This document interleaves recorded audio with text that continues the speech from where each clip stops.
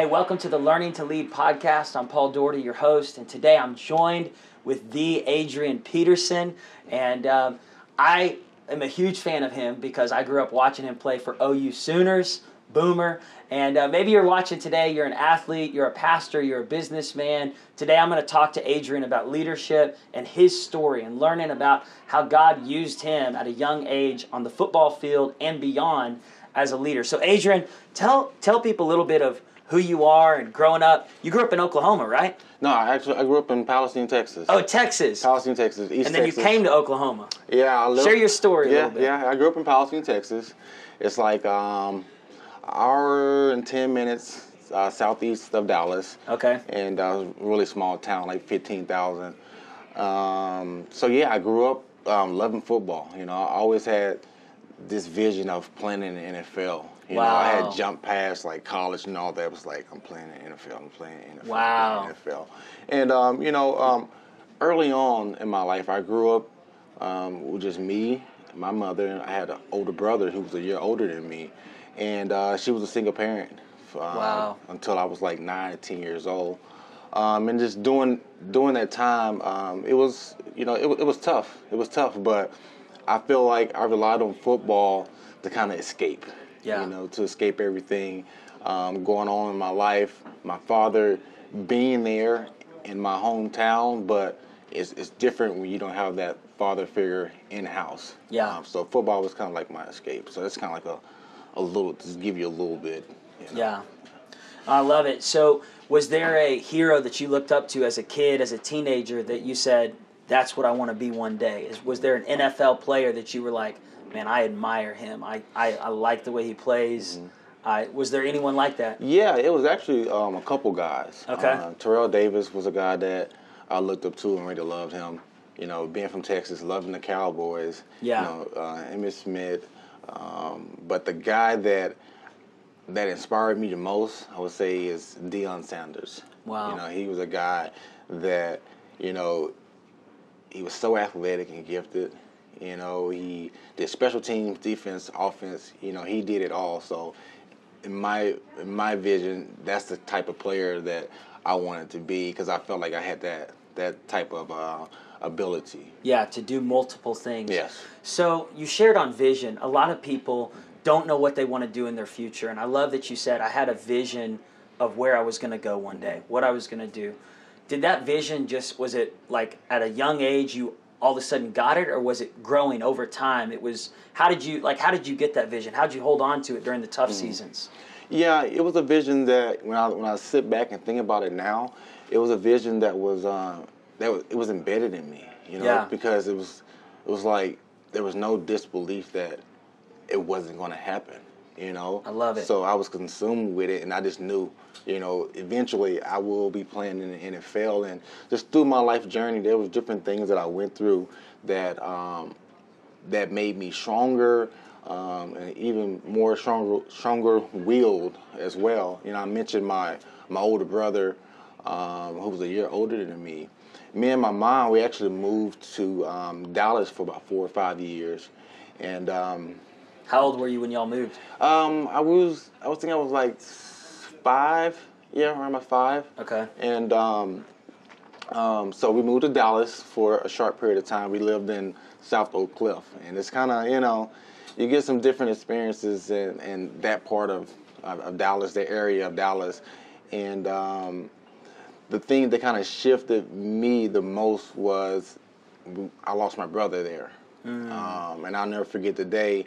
I was actually out playing football, and we weren't supposed to be out playing.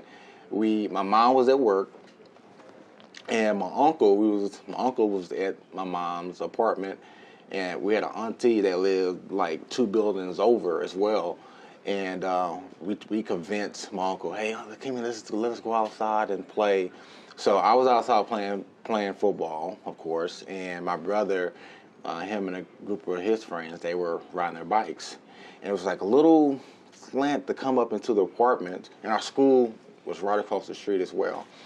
And I just remember someone running over I was like, we were playing football like on the side of the apartments in the grassy area. And I remember someone running over saying, "Hey, Adrian, your brother just got hit by a car." And I remember just like coming around the curve and seeing him laying there. Wow. And I ran up to him, and I had his head, lifted his head up a little bit, and I was trying to get him to respond, and he didn't respond at all. And his head was just like, it looked like it immediately swole. And I remember laying him down, and I don't think I've ever ran this fast in my life. I sprinted as fast as I could to my aunt's house, and I told her exactly what happened. I remember the ambulance passing by as I was knocking on the door, and it was just chaos from that point on, and we ended up losing him. He was pronounced brain dead. And the thing that I took from that just made me stronger was my brother. Even though he was a year older than me, it was kind of like I was a big brother because he was like slim, and I was always kind of like, I was slim too, but I was like muscular, and I used to take up for him, like, guys used to try to bully him, but he was like a nerd, and he was so athletic. My mom was a sprinter, so we get it from her side, but he was so fast, and we were, at this time, I was 7, he was 8, and we were beating like 14, 15-year-old kids running, like easily. Wow. But I never could beat my brother. I never could beat him. So, when this happened and during that time, I grew up a lot faster because I had to be stronger for my mom. Like, my mom cried for a year straight. Wow. And there was times that I used to get out of bed and go in and, try to comfort her, keep my tears, in and, just let her know, hey, Mom, it's going to be okay. I'm here for you. So I felt like that molded me and made me strong. And I feel like in life, you're going to go through different situations. Trials, troubles, tragedies, all of it. I know, and I'm a firm believer that it's all about how you respond to a situation and how you view a situation that can shift, the direction or decisions that you make in life. And for me, I looked at my brother passing as, this is something I'm going to use to motivate me. Yeah. I'm going to continue to do this. No matter how I detour, I'm always going to get back on track because, I want to do this for him. I want to make him proud. Wow. I found comfort in knowing that, bam, his ticket is already punched. I kind of sit back now and just like, man, the life that and the trials and things that we have to go through and the world that we live in, like, I wish he was here, but he was able to escape that. And I know that that ticket for him is punched and he's there. Yeah. So, I need to get there. I need to make sure that my family and my kids, get there as well. But, that's one thing that really, it drove me. I'm going to make him proud. I knew if he was here, he'd probably be running in the Olympics. He was just that talented.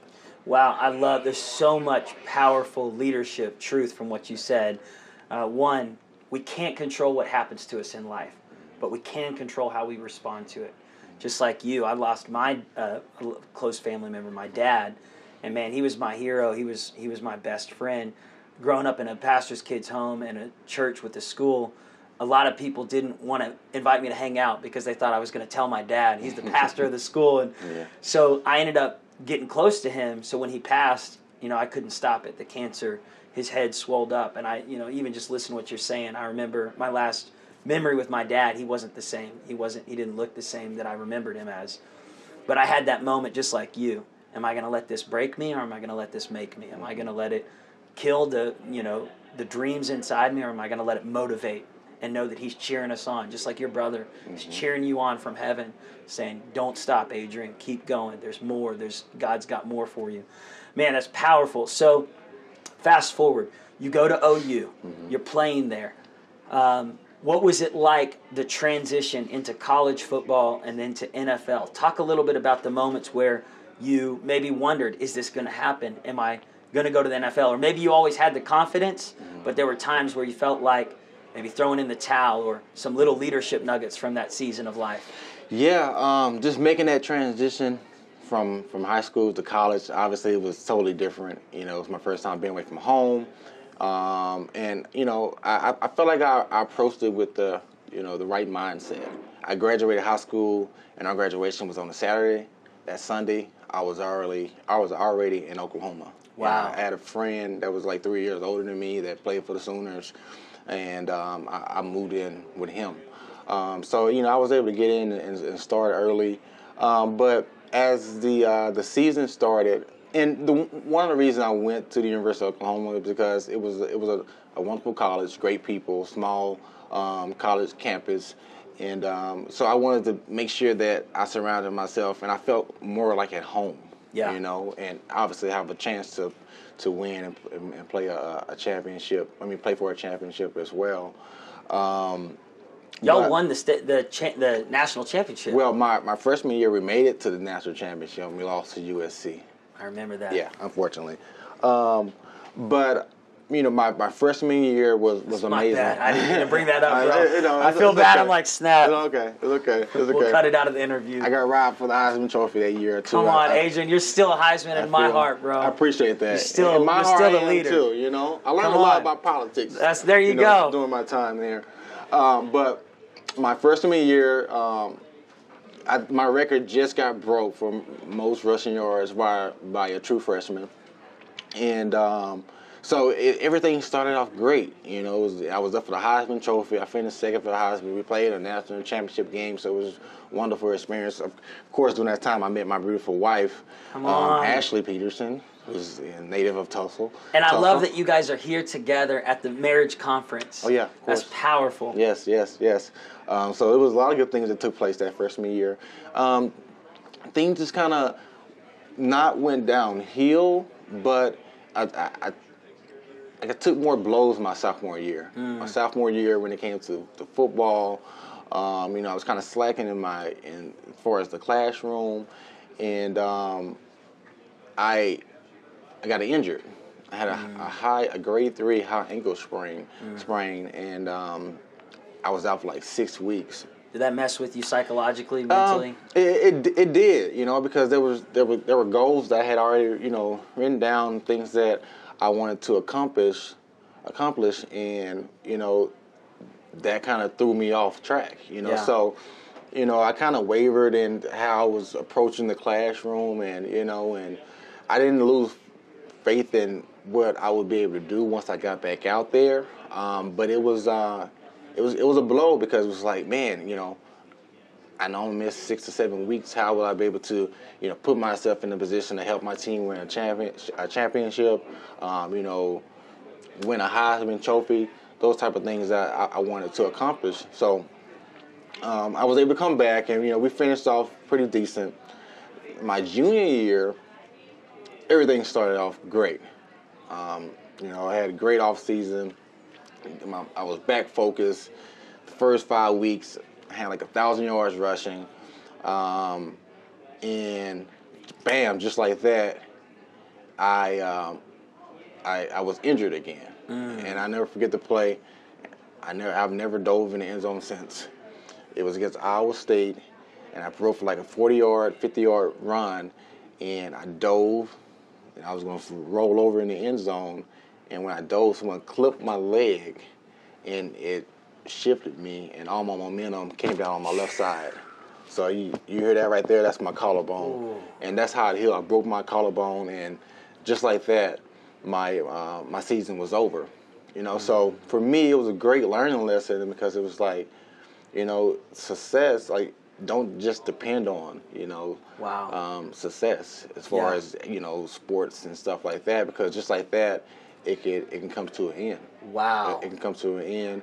And I came back for the Fiesta Bowl, so I was out for the rest of the season. My hopes of, helping my team win a national championship, the Heisman Trophy, it was over, So it was a dilemma for me, like, okay, did you come back for your senior year and do it again? Or, here in the past 2 years, you've missed pretty much an entire season as far as the games that you have missed. And, God just He really blessed me, honestly, because, I was able to heal fast, and I was able to be a part of that Fiesta Bowl. Unfortunately, we lost that game, and actually in that game, I re-broke my my collarbone in that game. But and I was able to just kind of look back over the past 2 years, and I was like, you know what? God has really blessed me to be part of a great organization at the University of Oklahoma. I think I want to go out on faith and submit for the NFL. And taking the red flags that I had with me, I didn't discover till a month and a half after the Fiesta Bowl that I actually re-broke my collarbone. Wow. Yeah. I was lifting weights, bench press and everything, and it was just like it just didn't feel right. So I got it examined again, and sure enough, I had re-broke it. So I had already declared for NFL, so that was some trial that I had to go do. Like, man, got this red flag. A team's gonna, be scared to draft me, give me the opportunity.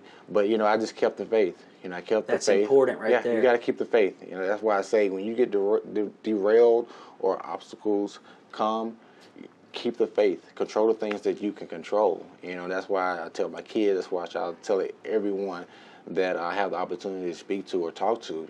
Stay the course. You might not see or understand how a situation can work out. Because you're too caught up looking at the circumstance that you're in, but if you believe and stay faithful, and just have that faith, it'll happen. And so you were drafted that year. I was drafted number 7 overall. So wow. Yeah.